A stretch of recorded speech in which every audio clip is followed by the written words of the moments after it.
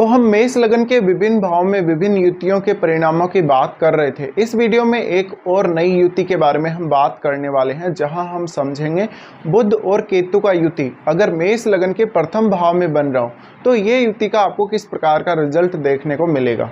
यहाँ आप सबसे पहले ये चेक कीजिए कि जो बुध हैं वो वक्री हैं या नहीं है। अगर बुध वक्री हैं तो इस केस में निश्चित रूप से केतु का प्रभाव बुध पर पड़ेगा ही पड़ेगा। और ये कंजक्शन के बहुत सारे फायदे भी हालांकि आपको मिलेंगे, लेकिन बहुत सारे इसके नुकसान भी हैं। बुध और केतु का युति है तो आपको हमेशा अकल्ट के बारे में सीखने में मदद करेगा। आपको तंत्र मंत्र या इस प्रकार के जो भी मिस्टीरियस जो साइंसेज हैं उनके बारे में जानने के लिए आप ज़्यादा से ज़्यादा जिज्ञासु होंगे। इसके अलावा आपको जीवन के रहस्यों का पता चलेगा, आपके जन्म और मरण के रहस्यों का पता चलेगा। इसके साथ साथ आप रिसर्च करने में बहुत ज़्यादा अच्छे हो सकते हैं, किसी भी विषय को एनालाइज करने में बहुत अच्छे हो सकते हैं। आप कोई भी प्रकार का कोई भी गोपनीय काम करने में काफ़ी माहिर हो सकते हैं, लेकिन आप अपनी जो क्षमताएं हैं उनके ऊपर डाउट करेंगे और कभी कभी खुद को समझने में बहुत ज़्यादा देरी कर देंगे। अब बुध वाणी का ग्रह है, वाणी का ग्रह होने की वजह से कहीं ना कहीं आपको वाणी को लेकर कुछ समस्याएं आ सकती हैं। जैसे कि आप कोई बात वास्तव में बोलना चाहते हैं लेकिन वो आपके गले तक तो आ गई, पर जब आप बोल रहे हैं तो आप हो सकता है कि जुबान फिसल जाए। ऐसी कंडीशन में बार बार आपको सोचने समझने एनालिसिस करने में कुछ रुकावटें आ सकती हैं या डिसीजन लेने में भी दिक्कतें रह सकती हैं। या ऐसा हो सकता है कि आप कोई भी पर्टिकुलर काम के लिए समय पर डिसीजन ना ले पा रहे हो। इसके अलावा ये आपको कहीं ना कहीं बहुत ज़्यादा स्ट्रेस उत्पन्न करेगा, मानसिक तनाव उत्पन्न करेगा और इस वजह से आपको काफ़ी परेशानी होगी। तो कहीं ना कहीं बहुत ज़्यादा जैसे बुध जो है वो मल्टीटास्किंग बनाते हैं, और अब आप जितना ज़्यादा काम करेंगे, जितना ज़्यादा बिजी रहेंगे, उतना ही आपका मन परेशान सा रहेगा। तो यहाँ पर आपको मेंटली बहुत ज़्यादा रिलीफ चाहिए होगा। ये कंजक्शन आपको काफ़ी ज़्यादा एकांतवासी बना सकता है, आपको ओवर थिंकिंग दे सकता है। लेकिन जो भी आपको जिस भी विषय पे आपको विचार करना है या ओवर थिंकिंग करनी है, वो आप कोई ऐसा विषय चुने जिसमें आपको कुछ सीखना हो, समझना हो, तब तो ये कंजक्शन आपके लिए काफ़ी फ़ायदा करेगा। अदरवाइज़ ये आपको मेंटली काफ़ी ज़्यादा डिस्टर्ब करने वाला होगा। अब बुध आपके इंटेलिजेंस को प्रभावित करते हैं। जब भी बुध किसी भी भाव में होते हैं उस पर्टिकुलर हाउस से संबंधित आपको अपने इंटेलिजेंस को लेकर देखना चाहिए। अब लगन में ही अगर बुध है तो वास्तव में जातक को काफ़ी ज़्यादा इंटेलिजेंट माना जा सकता है।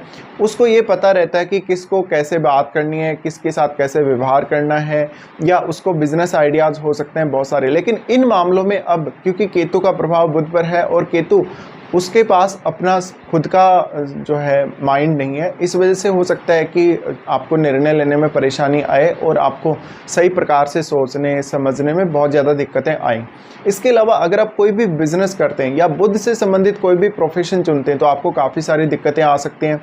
जैसे कि आपको कैलकुलेशन वगैरह करने में दिक्कत हो सकती है, अपने आप को या अपनी खुद की क्षमताओं को समझने में बहुत दिक्कत हो सकती है। कभी कभी आप बहुत ज़्यादा डाउट करने लगेंगे खुद पर। अब बुध आपके चार्ट में तीसरे भाव और छठे भाव के स्वामी बनते हैं, तो इन भावों से संबंधित जो भी आपके रिलेशंस होंगे उनके साथ आपका कोऑर्डिनेशन नहीं बनेगा ठीक से। इसके साथ साथ आपको कम्युनिकेशन में कहीं ना कहीं गैप नज़र आ सकता है अपनी लाइफ में, और इसका जो प्रभाव है वो आपकी खुद की पर्सनैलिटी पर तो पड़ेगा ही पड़ेगा या आपकी वाणी पर तो पड़ेगा ही पड़ेगा। ये कहीं ना कहीं आपके कैरियर को बहुत ही ज़्यादा इम्पेक्ट करेगा। लेकिन आप काफ़ी मिस्टीरियस पर्सनैलिटी बन जाते हैं ये कंजक्शन के होते हुए।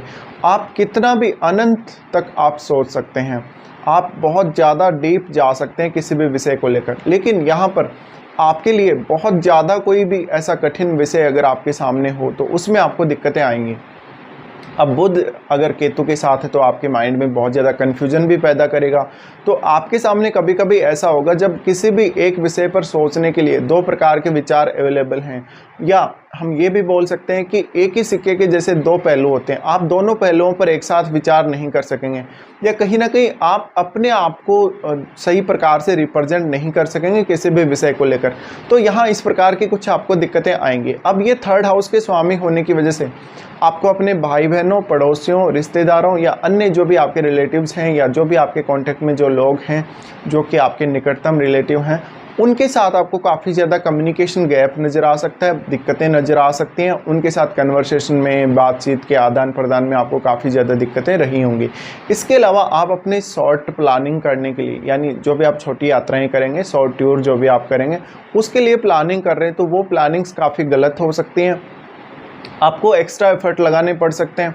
आपकी जो कम्युनिकेशन स्किल्स हैं वो ठीक प्रकार से आपके काम नहीं आएंगी ये कंजक्शन के होते हुए। इसके साथ साथ आपके अपने भाई बहनों से मतभेद रह सकते हैं काफ़ी ज़्यादा। इसके अलावा ऐसा भी हो सकता है कि लाइफ में आप बहुत ही ज़्यादा ट्रैवल कर रहे हैं, जितना ट्रैवल वास्तव में आपको करना नहीं चाहिए उतने उससे भी ज़्यादा कर रहे हैं, और आप हैं बहुत ज़्यादा मल्टीटास्किंग, लेकिन जो आप काम कर रहे हैं उसका रिजल्ट शायद आपके फेवर में नहीं आ रहा, तो ये आपको काफ़ी परेशान कर सकता है। अब बुध 6th हाउस के स्वामी हैं और 6th हाउस है वो शत्रुओं का घर है, या हम बोल सकते हैं कर्जे का घर है, या स्वास्थ्य संबंधी जो भी समस्याएं हैं उनका घर है। तो ऐसी कंडीशन में इन सबको संभालने में आपको काफ़ी ज़्यादा दिक्कतें आएंगी। आपको अपने शत्रुओं को पराजित करने में काफ़ी समस्या आएगी। आप अगर कोई ऐसी कंडीशन में फंस गए जहां पर आपके अगेंस्ट है सारी की सारी सिचुएशन, और आप कोई ऐसा स्थिति में है जहाँ पर आप कोई कंपटीशन वगैरह फाइट कर रहे हैं, कोई इंटरव्यू वगैरह देने जा रहे हैं, उन मामलों में यहाँ पर आपको काफ़ी ज़्यादा डिफ़िकल्टीज आ सकती हैं। इसके अलावा बुध कहीं ना कहीं धन से भी संबंधित है, तो धन को मैनेज करने में आपको काफ़ी दिक्कतें रह सकती हैं। आपकी कैलकुलेशन पावर बहुत ज़्यादा कम रह सकती है। इसके साथ साथ 6th हाउस का बुध स्वामी है, तो आपकी डेली लाइफ अच्छी नहीं होगी, या आपकी जो भी एक्सपेक्टेशन है अपनी डेली लाइफ से वैसी आपकी डेली लाइफ नहीं होगी। आपको अपने कलीग से प्रॉब्लम आ सकती है, अपने बॉस से दिक्कतें आ सकती हैं। तो कहीं ना कहीं आप दूसरों को समझने में उतने ज़्यादा माहिर नहीं होंगे और आप खुद पर भी काफ़ी ज़्यादा डाउट करेंगे। अब इसका प्रभाव आपकी पर्सनैलिटी पर भी पड़ेगा, जिस वजह से आपका लगभग हर काम में परफॉर्मेंस प्रभावित होगा। तो अब इस केस में आपको क्या करना चाहिए? इस केस में आपको सबसे पहले तो खुद के ऊपर ज़्यादा से ज़्यादा विश्वास रखना ज़रूरी है। जब भी आप कोई डिसीज़न लेने जाते हैं तो आपको सारे पहलुओं पर विचार कर लेना चाहिए। इसके साथ साथ ये कंजक्शन कहीं ना कहीं अगर आप बैंकिंग सेक्टर में काम कर रहे हैं या आप कोई भी रिसर्च से रिलेटेड काम कर रहे हैं, उन क्षेत्रों में आपको थोड़ा ज़्यादा स्ट्रेस दे सकता है। लेकिन आप अगर मैथमेटिक्स या कॉमर्स या इस प्रकार के किसी भी काम में हैं तो वहाँ पर आपको ज़्यादा दिक्कतें आएंगी, बल्कि आपको तंत्र मंत्र, योगाभ्यास वगैरह या जो भी अकल्ट से संबंधित विषय हैं, पामिस्ट्री है या ज्योतिष है, इन मामलों में पढ़ने में उतनी ज़्यादा प्रॉब्लम्स नहीं आएंगी। और इसके साथ साथ आपको बहुत ही ज़्यादा आध्यात्मिक प्रवृत्ति ये कंजक्शन देगा। अब यहाँ पे इन दोनों का अगर हम देखें तो अब आपको देखना पड़ेगा यहाँ डिग्री वाइज कितना ज़्यादा डिफरेंस है, और इस कंजक्शन पर राहु की दृष्टि भी है, तो कहीं ना कहीं आपको और कॉन्फिडेंस दे सकता है यहाँ पर राहु। लेकिन यहाँ पर हम सिर्फ अगर बुध के हिसाब से देखें तो बुध आपके 7वें भाव को एस्पेक्ट भी करेंगे। 7वें भाव को एस्पेक्ट करने की वजह से आपकी पब्लिक छवि बहुत ज़्यादा प्रभावित होगी इससे। लेकिन कहीं ना कहीं राहु आपकी पब्लिक छवि को बहुत ज़्यादा बढ़ा चढ़ाकर दिखाने वाले होंगे, तो लोगों को वास्तविकता पता लग जाएगी आपकी, और लेकिन आप लोगों को पहचानने में उतने ज़्यादा सक्षम नहीं होंगे, क्योंकि 7वें भाव में राहु है। तो राहु काफ़ी ज़्यादा इंटेलिजेंट है, वो चालाक है, काफ़ी ज़्यादा चतुर है।